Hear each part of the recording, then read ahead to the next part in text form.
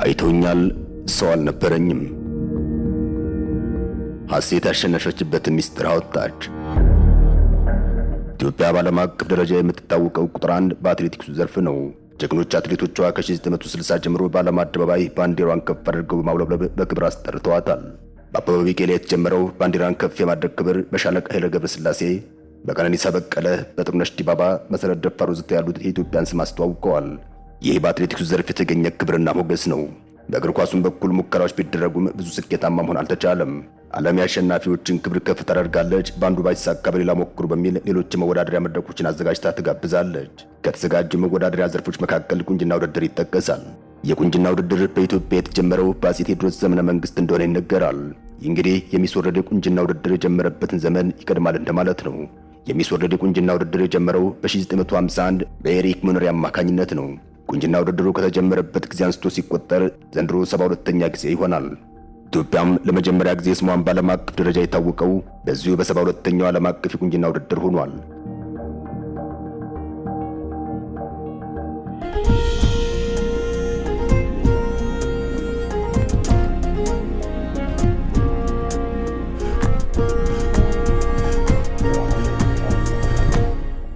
በህንዱ ሃይድራባድ በተካሄደው የሚስ ወርልድ የቁንጅና ውድድር ኢትዮጵያዊቷ ሐሴት ደረጀ በአፍሪካ አንደኛ፣ በዓለም ከታይላንዳዊቷ ተፎካካሪዋ በመቀጠል የሁለተኛ ደረጃን ይዛ በማጠናቀቅ እጅን በአፍ አስጭናለች። ሐሴት በዚህ ውድድር የገጠማትን ለአስጨራሽ ትንቅንቅ ፈጽሞ አልሸሸገችም። እግዚአብሔር የእናትና የአባቴን ጸሎት ሰምቶ ክብርና ሞገስ ሰጥቶኝ ያሸነፍኩ እንጂ ዝግጅቴ ከተወዳዳሪዎች አንጻር በእጅጉ ያነሰ ነበር ስትል ተደምጣለች። ያሸነፍኩበትን ሚስጥር አለማውቁ ክብር ስለሰጠኝ ኢትዮጵያውያን ሊያውቁት ይገባል ስትል ተደምጣለች። ሐሴት መሰል ቁጭት የታየባት አወዳዳሪዎች እንደ አንድ ሀገር ዲፕሎማት ቆጥረው ክብር ስለሰጧት ጭምር ነበር። ደግሞም ልክ ናቸው፣ እንደ ዲፕሎማት ነኝ፣ ሀገሬን ባለም ማስተዋወቅ የቻልኩ ዲፕሎማት ነኝ ስትል ትደመጣለች። ነገር ግን እንዲህ አይነቱን በራስ መተማመኗ ሀገር ያወቀችላት አሸናፊ ከሆነች በኋላ ነው። ሐሴት ግን ሀገሬን አውቃታለሁ፣ ታሪክና ባህሏን አውቃለሁ፣ ምን አይነት ሕዝብ እንዳላት አውቃለሁ፣ ከማንም በላይ ቆነጃጅት የሞሉባት ሀገር ናት፣ ለእንዲህ አይነት ውድድር የመጀመሪያ ሁኜ ኢትዮጵያን ለመጀመሪያ ጊዜ በዓለም ስሟን አስጠራለሁ ስትል ከዚህ በኋላ ያሏትን እቅዶችና የተበረከተላትን ሽልማት ከመሰረቱ ይዘን እንቃኛለን። ለመሆኑ ሐሴት ደረጀ ማን ናት? ሐሴት ተወልዳ ያደገችው እዚሁ መዲናችን አዲስ አበባ ነው። አባቷ ሹፌር፣ እናቷ ደግሞ ፖሊስ ናቸው። ሐሴት ለእናቷ የተለየ ፍቅር አሊያም ቅርበት እንዳላትና በቤተ ክርስቲያን በስነ ምግባር አንጸው እንዳሳደጓት ከሰይፉ ፋንታውን ጋር በነበራት ቃለ ምልልስ ገልጻለች። እናት አባቷና አክስቷ አጠቃላይ ቤተሰቧ በእሷ ላይ ከፍተኛ መስዋዕትነት እንደከፈሉ ትናገራለች። የ19 ዓመቷ ሐሴት በዚህ ዕድሜዋ ጥሩ ደረጃ ላይ ደርሳለች። በሜካኒካል ኢንጂነሪንግ ሁለተኛ ዓመት የአዲስ አበባ ሳይንስና ቴክኖሎጂ ተማሪ የሆነችው ሐሴት ከትምህርቷ ጎን ለጎን በሞዴሊንግ ዝግጅት ስታደርግ ቆይታለች። ወደ ሞዴሊንጉ የገባችው በአጋጣሚ እንደነበር ታስታውሳለች። ቁመትና ቁንጅናዋን የተመለከቱ ሳያበረታቷት አልቀረም። ለመጀመሪያ ጊዜ ቆንጆ መሆኑን የነገሩኝ እናትና አክስቴ ናቸው የምትለው ሐሴት ወደዚህ ውድድር በአጋጣሚ እንደገባችም ገልጻለች።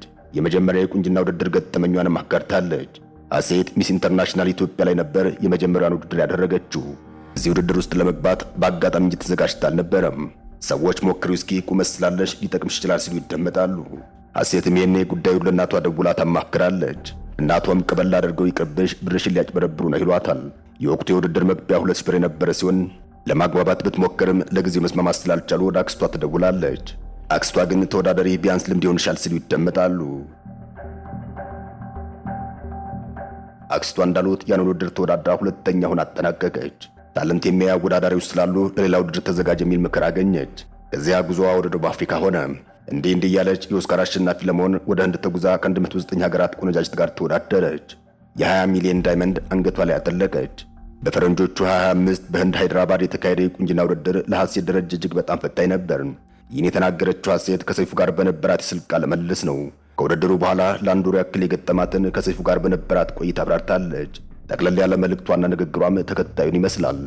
ከባለፈው ቅዳሜ ጀምሮ በማህበራዊ ትስስር ገጾች መነጋገሪያ የሆነችው ሐሴት በቁንጅና ውድድሩ ተገኝታ በመጨረሻ ሰዓት በአፍሪካ አንደኛ፣ በዓለም ደግሞ ሁለተኛ ደረጃን እስክትይዝ ድረስ ብዙዎች ስለመወዳደሯ እንኳን መረጃው አልነበራቸውም። ቢኖራቸው እንኳን ለሌሎች ሀገራት ተወዳዳሪዎች ያንን ያክል ትኩረት አልሰጧትም ነበር። ለአንድ ወር ያክል ዝግጅቶች ስታደርግ በዚያ ውድድር ስፍራ ከጎኗ ሆኖ ያበረታታት አንድም ሰው አልነበረም። ይህም ምን ያክል እንደጎዳት ሐሴት ሳትናገር አላለፈችም። በኋላ ላይ ግን አንደኛ መውጣት ነበረባት፣ 2 ጊዜ ነው እኮ ያስጨበጨበችው የሚል ደጋፊና አድናቂ አገኘች። ለሐሴት ግን ደረጃው ከዝግጅቱ አንጻር ከበቂ በላይ እንደሆነ ነው የምታምነው። ከዚህ በኋላ ለሚኖሩ ውድድሮች የአወዳዳሪዎችን መስፈርት ታሟልተን ስንገኝ ማንም አይበልጠንም፣ ያኔና ያለን አይነት አስተያየት ሰጥታለች። ሀሴት በአወዳዳሪዎች አይን ውስጥ የገባችው እንደዚያ ብቻዋን ሆና በራስ መተማመን ውስጥ ስለነበረች ነው። ግን ደግሞ አልዋሽም፣ ውድድሩ በጣም ከብዶኝ ነበር። ለምን እኔ ምንም ተዘጋጅቼ አልነበረም ስትል ተደምጣለች። እንደነሱ አልተዘጋጀውም። የነሱ ዝግጅት እንደ ግለሰብ ብቻ ሳይሆን እንደ ሀገር ጭምር ነበር። ተወዳዳሪዎቹ ሀገራቸው ናቸው የደገፏቸው። ለምሳሌ የቦትስዋና ተወዳዳሪ አንገቷ ላይ አድርገው የነበረው $20 ሚሊዮን የሚያወጣ ዳይመንድ ነው። ይህን ያክል ነው ሀገሮቻቸው ያገዟቸው። እኔ በጣም ብዙ ነገሬን በራሴ ነው ክብር ያደረኩት ስትል ተደምጣለች። አልዋሽም፣ እዚህ ደርሳለሁ ብዬ አላሰብኩም ነበር። ደግነቱ አወዳዳሪዎቹ እዚያ የነበረውን አክቲቪቲ ያዩ ነበር። የሚያዩት ሀገርህ እንደሚደግፍና እንደማይደግፍህ ነው። አንድም ሰው እንኳን ከጎን አልነበረም። ይህን ደግሞ እነሱ አይተውታል። ያገዙኝ የነበሩት አብሮኝ ያሉት ተወዳዳሪዎች አፍሪካውያን ብቻ ነበሩ። ብቻ ብዙ ነገር አጋጥሞ ነበር ስትል ሀሴት ትናገራለች። የእናቴና አባቴ ጸሎት ነው ያገዘኝ። ከምነግር በላይ ቤተሰቦቼ በጣም ኢንቨስት አድርገውብኛል። በእነሱ ጸሎትና እግዚአብሔር ሞገሱን ነው ያሸነፍኩት። በኢትዮጵያ የመጀመሪያውን ደረጃ አምጥቻለሁ። ኢትዮጵያም እንዲህ አይነት ውድድሮች ላይ እንዲህ አይነት ውጤት ስታመጣ የመጀመሪያዋ እንደሆነ ትናገራለች። እዚህ ደርሳለሁ ብዬ አላሰብኩም የምትለው ሀሴት ሁልጊዜ ትምህርት ላይ ነበርኩኝ። ትምህርት ቤት ጥሩ ተሳትፎ ነበረኝ። በስነ ምግባር ቤተክርስቲያን ያሳደጉኝ ቤተሰቦች እግዚአብሔርን በመፍራት ነው። ተቆንጥጦ የማደግ ጥቅሜ ነው ስትል ትደመጣለች። ዓለም ስለ ኢትዮጵያ ተጨማሪ እውቀት አግኝቷል። ሴቶች እንደሚችሉ ብቻ ሳይሆን በተፈጥሮ ውበት ማሸነፍ እንደሚቻል አሳይታለች። ሀሴት ጌጣጌጥ ሳታበዛና ጥፍር ቀለም እንኳን ሳትቀባ በተፈጥሮ ውበቷን ያተወዳደረችው። ውበት እንደ ተመልካቹ ቢለያይም ከ109 ሀገራት ተወዳዳሪዎች መካከል ሁለተኛዋ ቆንጆ ሆና ተመርጣለች። ገጠመኟን እንዴት አብራራለች። እዚህ የሚሰጠኝ ክብር ኢትዮጵያ ስመጣ የሚሰጠኝ ክብር ላይ መጣጠን ይችላል። እዚህ የሰጡኝ ክብር ከፍተኛ ነው ትላለች። እነሱ የሰጡንን ክብር ያክል እኛ ብዙ ቦታ አልሰጠነውም። እኔ ያውቃለሁ ኢትዮጵያ ምን እንደሆነች፣ ምን አይነት ሕዝብ እንዳላት ታውቃለሁ። ታሪኮቻችንን ለራሳችን እንጂ ለነሱ በኩል ነግረናቸዋል ማለት አይቻልም። በቀኝ ግዛት ያልተገዛች ሀገር ናት ያለችን ስትል ትደመጣለች። አሁን ካሉበት ችግር እኛ እነሱን ነጻ ማውጣት አለብን። ይችን ኢትዮጵያ ለነሱ መሳልና ገጽታዋን መለወጥ እፈልጋለሁ። ሀገሬን በብዙ ነገር ማገልገል እፈልጋለሁ። እነሱ ለውድድር ውስጥ ሆኜ ሀገሯ ምን ያክል ያውቃል የሚለውን ማወቅ ፈልጉ ስለነበር ያን አይተው ነው ውጤቱን ሊሰሩ የሚችሉት። ከዚህ በተጨማሪም የውጭ ውበት ብቻ ሳይሆን የውስጥ ውበት ያሉ የሀገራቸውን አልባሳት የማይበት መድረክ አለ። ኢትዮጵያ ተኮር ልብሶችን ለማሳየት ጥረት አድርጌያለሁ የምትለው ሀሴት ለዲፕሎማት ነው ትርኢት ያደረጉ ስትል ትደመጣለች። ዲፕሎማት እንደሆነች የምትናገረው ሀሴት በእርግጥም ውድድሩ የኢትዮጵያ መልካም ገጽታ ለዓለም ለማስተዋወቅ ምቹ መድረክ እንደሆነላትም ገልጻለች። ሀሴት የወሰደችው ሽልማትና የቀጣይ እቅዷ። ሀሴት በቁንጅና ውድድር ላይ በዓለም አቀፍ ደረጃ ሁለተኛ፣ በአፍሪካ አንደኛ ወጥታለች። ይኸው ደረጃዋም ከፍተኛ ሽልማትን አምጥቶላታል። የቁንጅና ውድድሩን በአንደኝነት በማሸነፍ ስሩን የጫነችው ታይላንዳዊቷ ኦፓል ሱሳታ ቹዋንግስሪ የ$1 ሚሊዮን ሽልማት አግኝታለች። በውድድሩም የተበረከተላትን በአልማዝ ፈርጦች ያጌጠ ዘውድ ትወስዳለች። የአንድ ዓመት ሙሉ ወጪዋ ተሸፍኖላት በእንግሊዝ ሀገር በሚካሄደው የዩቲዩዝ ፐርፐዝ በሚባለው ፕሮጀክት ስር ዓለም አቀፍ የበጎ አድራጎት ጉዞ የሚዘጋጅላት ይሆናል። ሁለተኛ የወጣችው ኢትዮጵያዊቷ ሀሴት የ$500,000 ሽልማት አግኝታለች። ዶላር ወደ ኢትዮጵያ ብር ሲቀየር ከ67 ሚሊዮን ብር ይበልጣል እንደማለት ነው። ሀሴት ከገንዘብ በተጨማሪ በርካታ ጥቅሞችን የምታገኝ ይሆናል። በዓለም ታዋቂ ከሆኑ የፋሽን ኩባንያዎች ጋር አብራ የምትሰራባቸውን እድሎች ታገኛለች። ከውበትና ሞዴሊንግ ጋር የተያያዙ በርካታ ዓለም አቀፍ ስራዎች ይጠብቋታል። ሀሴት ወደ ኢትዮጵያ ስትመጣም በርካታ የምታደርጋቸው እቅዶች እንዳሉ ገልጻለች።